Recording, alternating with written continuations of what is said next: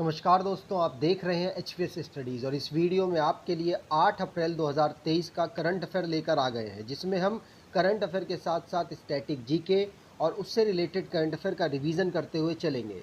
अगर आपको ये वीडियो अच्छी लगे तो आपसे अनुरोध करूँगा, वीडियो को लाइक कर दीजिएगा, चैनल को सब्सक्राइब कर लीजिएगा और अपने कुछ दोस्तों तक वीडियो को शेयर ज़रूर कीजिएगा। चलिए स्टार्ट करते हैं लास्ट डे के क्विज से। तो लास्ट डे आपसे क्वेश्चन पूछा गया था, which Indian space startup successfully tested a 3D printed cryogenic engine। तो किस भारतीय अंतरिक्ष स्टार्टअप ने 3D मुद्रित क्रायोजेनिक इंजन का सफलतापूर्वक परीक्षण किया? तो आप सभी ने आंसर स्काई रूट एरोस्पेस दिया था और स्काई रूट एरोस्पेस ही सही आंसर है। आज के पहले क्वेश्चन से स्टार्ट करें तो आज का पहला क्वेश्चन है, तो विच स्टेट गॉट एरोमेटिक मर्चा राइस गेट्स जीआई टैग। तो सुगंधित मार्चा चावल किस राज्य को इसका जीआई टैग दिया गया?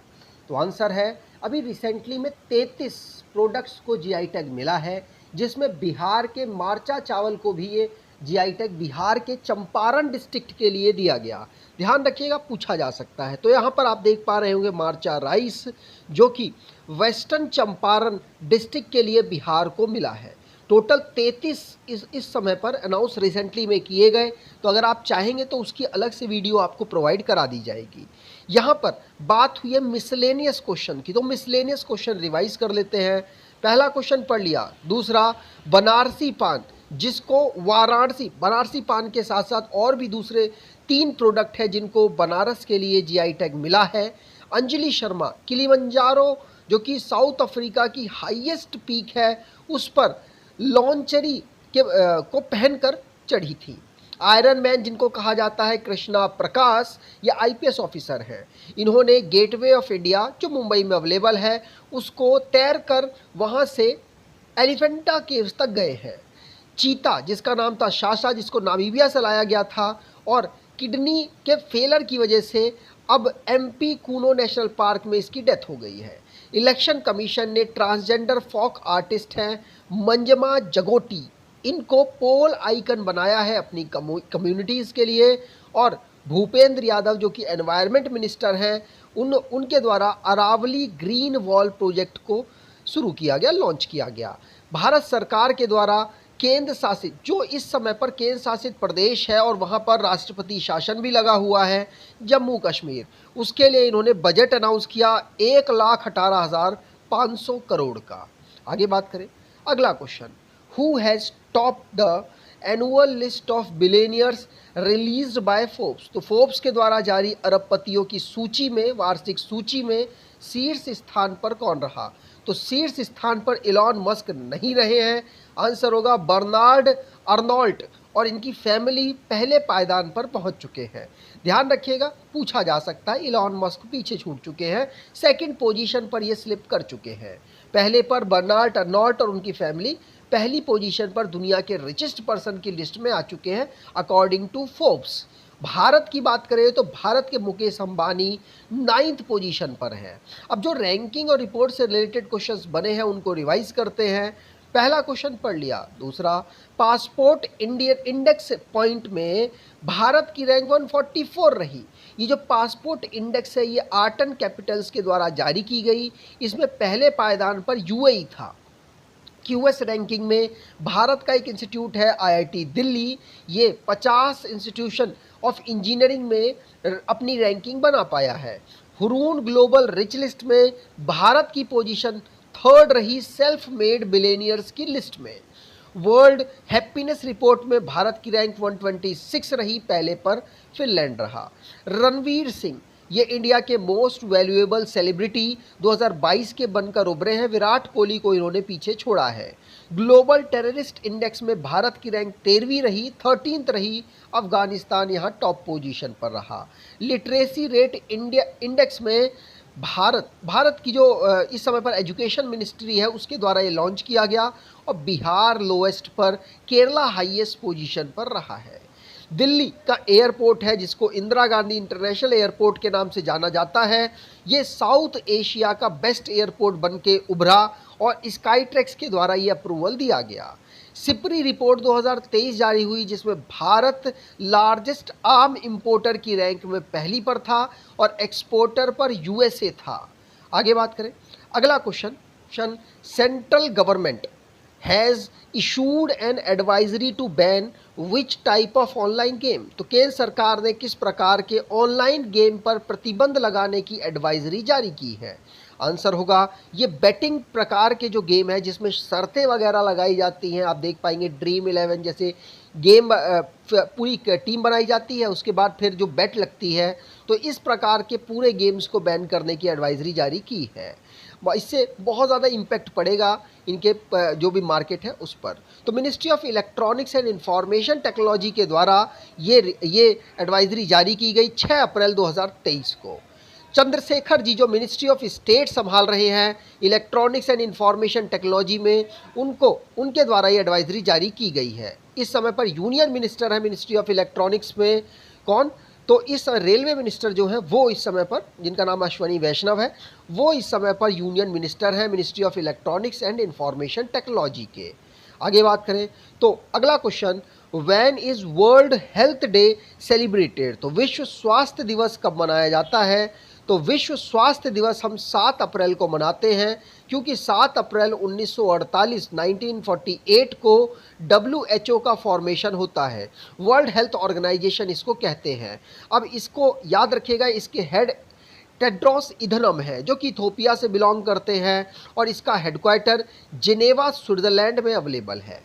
आगे बात करें तो यहाँ पर आप देख पाएंगे द थीम इसकी क्या रखी गई, 2022 की नहीं 2023 की है, हेल्थ फॉर ऑल इसकी थीम रखी गई है। और 1948 में WHO को इस्टेब्लिश किया गया इसी दिन, इसीलिए मनाया जाता है। 75 एनिवर्सरी इस बार WHO अपनी मना रहा है। WHO की बात करें तो ये ग्लोबल हेल्थ के जो कैंपेन्स और अवेयरनेस है उसके प्रोग्राम को चलाता है। मतलब दुनिया में हेल्थ का ठेका इसी ने लिया हुआ है, दुनिया में सही हेल्थ का ठेका। ठीक, चलिए आगे बात करें। अगला question, which Indian players got honorary life membership of Melbourne Cricket Club in April 2023। तो अप्रैल 2023 में किन भारतीय खिलाड़ियों को मैरीलेबन क्रिकेट क्लब की मानद आजीवन सदस्यता मिली है?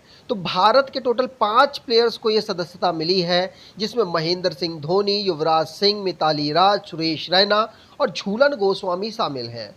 इनमें 2 महिला प्लेयर हैं और ये 3 पुरुष प्लेयर हैं। अगर बात करें आंसर की तो ऑल ऑफ अबव यहाँ पर आंसर सही होगा। 5 प्लेयर के अलावा दुनिया के प्लेयर्स को भी चूज़ किया गया मेलबोर्न क्रिकेट क्लब के द्वारा। इसकी बात करें तो इसको इस्टेब्लिश 1787 में लंदन हेडक्वार्टर है इसका, वहाँ पर किया गया। ये आईसीसी से पहले वाला एक क्लब है और आईसीसी से पहले जो क्रिकेट में रूल्स चलते थे वो मेलबर्न क्रिकेट क्लब के ही चलते थे। आईसीसी को आपको पता होगा 1909 में फॉर्म किया गया। इनिशियली हेडक्वार्टर लंदन था, बाद में इसको यूएई में शिफ्ट किया गया, दुबई में। ठीक, आगे बात करें तो यहाँ पर महेंद्र सिंह धोनी, झूलन गोस्वामी, सुरेश रैना, मिताली राज, युवराज सिंह, ये 5 प्लेयर तो भारतीय हो गए। और कौन कौन से देशों के प्लेयर को ये ऑनर मिला है? तो 5 ही इंग्लिश प्लेयर हैं, 2 न्यूजीलैंड के प्लेयर हैं, 1 वेस्ट इंडीज़, 1 पाकिस्तान, 1 बांग्लादेश और 1 ऑस्ट्रेलिया के प्लेयर को ये सम्मान मिला है। ठीक, ध्यान रखिएगा, पूछा जा सकता है। जो भी स्पोर्ट्स से रिलेटेड क्वेश्चंस बने हैं उनको रिवाइज करते हैं। पहला क्वेश्चन पढ़ लिया। दूसरा, न्यूजीलैंड की क्या महिला एम्पायर है किम कॉटन। ये पहली वुमेन बनी जो कि मेंस के T20 में फुल मेंबर के रूप में एम्पायरिंग इन्होंने ऑन फील्ड की है। और ये मैच किसके बीच में था बताइएगा? मैक्स वर्स्टप्पन रेडबुल चलाते हैं और नीदरलैंड से बिलोंग करते हैं। इन्होंने पहली ऑस्ट्रेलियन ग्रैंड प्रिक्स 2023 को जीत लिया। रनर है लसिंडा डेमस, अब नहीं खेलती, लेकिन उस टाइम पर 10 साल पहले इन्होंने ओलंपिक खेला था। यूएसए से बिलोंग करती है। इनको ओलंपिक गोल्ड मेडल 10 साल बाद मिला है। शकीब अल हसन बांग्लादेशी प्लेयर हैं। इन्होंने T20 इंटरनेशनल क्रिकेट में सबसे ज़्यादा विकेट लेने का रिकॉर्ड बना दिया। 2023 IBA इंटरनेशनल बॉक्सिंग एसोसिएशन, जिसने women's world boxing championship Bharat में ऑर्गेनाइज कराई और भारत के द्वारा यहाँ पर 4 गोल्ड मेडल जीते गए। WPL वुमेन प्रीमियर लीग 2023 हुआ, जिसमें मुंबई इंडियंस ने दिल्ली कैपिटल्स को हराकर 7 विकेटों से खिताब को जीत लिया। सर्जियो पेरेज सऊदी अरब की ग्रैंड प्रिक्स को 2023 की जीत चुके हैं। रानी रामपाल के नाम पर एक स्टेडियम का नाम रखा गया। आगे बात करें, अगला question, Amit Shah unveils 54 feet tall statue of Lord Hanuman at the which state? तो किस स्टेट में लॉर्ड हनुमान जी का 54 फीट टॉल स्टैचू को अनवील किया गया? अमित शाह जी होम मिनिस्टर जी के द्वारा। आंसर होगा ये किया गया है गुजरात में। ध्यान रखिएगा, गुजरात में भी अहमदाबाद जगह है, वहां पर आप देख पाएंगे अमित शाह जी, जिनके द्वारा अनवील किया गया 54 फीट हनुमान जी का स्टैचू। याद रखिएगा, टेम्पल जो गुजरात में अवेलेबल है हनुमान जी का, वहां पर इसको इनॉग्रेट किया गया। कहाँ पर? नारंगपुरा में अवेलेबल है, अहमदाबाद में। ये जो स्टैचू है ये ब्रॉन्ज से बनाया गया, ध्यान रखेंगे। अब जो भी नेशन संबंधित करंट अफेयर बने हैं उनको रिवाइज करते हैं। पहला क्वेश्चन पढ़ लिया। दूसरा, भारत हाईवे का इंफ्रास्ट्रक्चर यूएस जैसा 2024 तक बना देगा। यह हमारे जो इस समय पर रोड एंड ट्रांसपोर्ट के मिनिस्टर नितिन गडकरी जी के द्वारा अनाउंसमेंट की गई। अगला क्वेश्चन, अमित शाह जी ने वैदिक हेरिटेज पोर्टल को नई दिल्ली से इनॉग्रेट किया। प्रधानमंत्री मोदी जी के द्वारा call before you dig app को लॉन्च किया गया। भारत की गवर्नमेंट ने डिजी क्लेम प्लेटफॉर्म को फार्मर्स के लिए जो इंश्योरेंस वो क्लेम करते हैं उसके लिए एक प्लेटफॉर्म अवेलेबल कराया। और भारत का एम है कि global hub for green ship बनाई जाए, ग्रीन शिप बिल्डिंग बनाई जाए, और 2030 तक भारत का ये टारगेट है। गवर्नमेंट ऑफ इंडिया ने स्टैचू ऑफ नॉलेज को नॉलेज जो कि अंबेडकर जी के नाम पर बनाने की अप्रूवल दे दी है। इंडियन रेलवे जो कि नेट जीरो कार्बन एमिटर 2030 तक बनने का प्लान बना चुका है। नितिन गडकरी जी ने पहली मिथेनॉल से चलने वाली बस को बेंगलुरु में लॉन्च किया। प्रधानमंत्री मोदी जी के द्वारा वर्ल्ड की लॉन्गेस्ट रेलवे प्लेटफॉर्म को हुबली कर्नाटका में इनॉग्रेट में लॉन्च किया गया। और आपको बता दूं, ये इससे पहले गोरखपुर का स्टेशन सबसे बड़ा था। अगला question, a book titled courting India, England, Mughal India and the origin of empire written by whom? तो इस बुक को किसके द्वारा लिखा गया? आंसर होगा नंदिनी दास के द्वारा इस बुक को लिखा गया। ध्यान रखिएगा, मुगल के ऊपर बहुत ज़्यादा चर्चाएं हो रही हैं रिसेंटली में, तो इसलिए आपको ये बुक इंपॉर्टेंट है। याद रखिएगा, नंदिनी दास के द्वारा को जो मुगल और अंग्रेजों के समय पर जो पूरी चिट्ठा चल रहा था उसके बारे में इन्होंने इस पर लिखा है। ठीक, अगला question, which team becomes number 1 football team in the world in FIFA ranking 2023? तो फीफा रैंकिंग 2023 में कौन सी टीम विश्व की नंबर 1 फुटबॉल टीम बनी है? तो फुटबॉल टीम इस बार का जो 2022 का कतर में फीफा वर्ल्ड कप ऑर्गेनाइज हुआ, वहां पर अर्जेंटीना ने जीत दर्ज की और अर्जेंटीना ही टॉप टीम बन चुकी है। लियोनेल मेसी इसके कैप्टन है, आपको पता होना चाहिए। पहले पोजीशन पर फीफा की रैंकिंग में अर्जेंटीना रही। अगर आगे वाली की रैंकिंग बात करें तो फ्रांस दूसरे पर, ब्राज़ील तीसरे पर, बेल्जियम और फिर इंग्लैंड का नंबर आता है।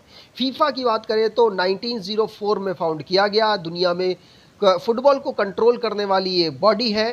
Federation international D football association इसकी फुल फॉर्म है। ज्यूरिख स्विट्जरलैंड में इसका हेडक्वार्टर है।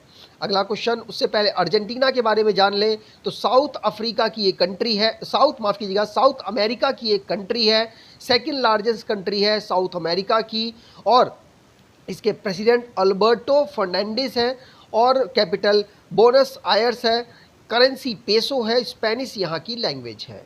अगला question, which country has been removed from hosting the men's under 17 FIFA World Cup? तो पुरुषों के अंडर 17 फुटबॉल विश्व कप की मेजबानी से किस देश को हटा दिया गया? तो फीफा की जो अंडर 17 फीफा विश्व कप होगा, इसको 2023 में नवंबर दिसंबर में ऑर्गेनाइज कराया जाएगा। पेरू के पास पहले इसकी होस्ट थी, लेकिन अब इसको हटा दिया गया और नया नाम जब अनाउंस होगा तो आपको बताया जाएगा। ध्यान रखिएगा, 10 नवंबर से लेकर 2 दिसंबर तक इस अंडर 17 फीफा वर्ल्ड कप को ऑर्गेनाइज कराया जाना था, जिसमें 17 साल से जो नीचे के प्लेयर्स हैं वो खेलते हैं। 24 टीमें यहाँ पार्टिसिपेट करेंगी। आज की क्विज की बात करें तो Kim Cotton becomes first women on field umpire in full member men's T20 belong to which country? तो पूर्ण सदस्य पुरुषों के T20 जो गेम हुआ उसमें किम कॉटन पहली ऑन फील्ड एम्पायर बनी है फुल टाइम, और किस देश से संबंधित है, कमेंट बॉक्स में डिटेल में आंसर दीजिएगा। अगर आपको ये वीडियो अच्छी लगी है तो आपसे अनुरोध करूंगा, वीडियो को लाइक कर दीजिएगा, चैनल को सब्सक्राइब कर लीजिएगा और एटलीस्ट अपने कुछ दोस्तों तक वीडियो को शेयर ज़रूर कीजिएगा। धन्यवाद।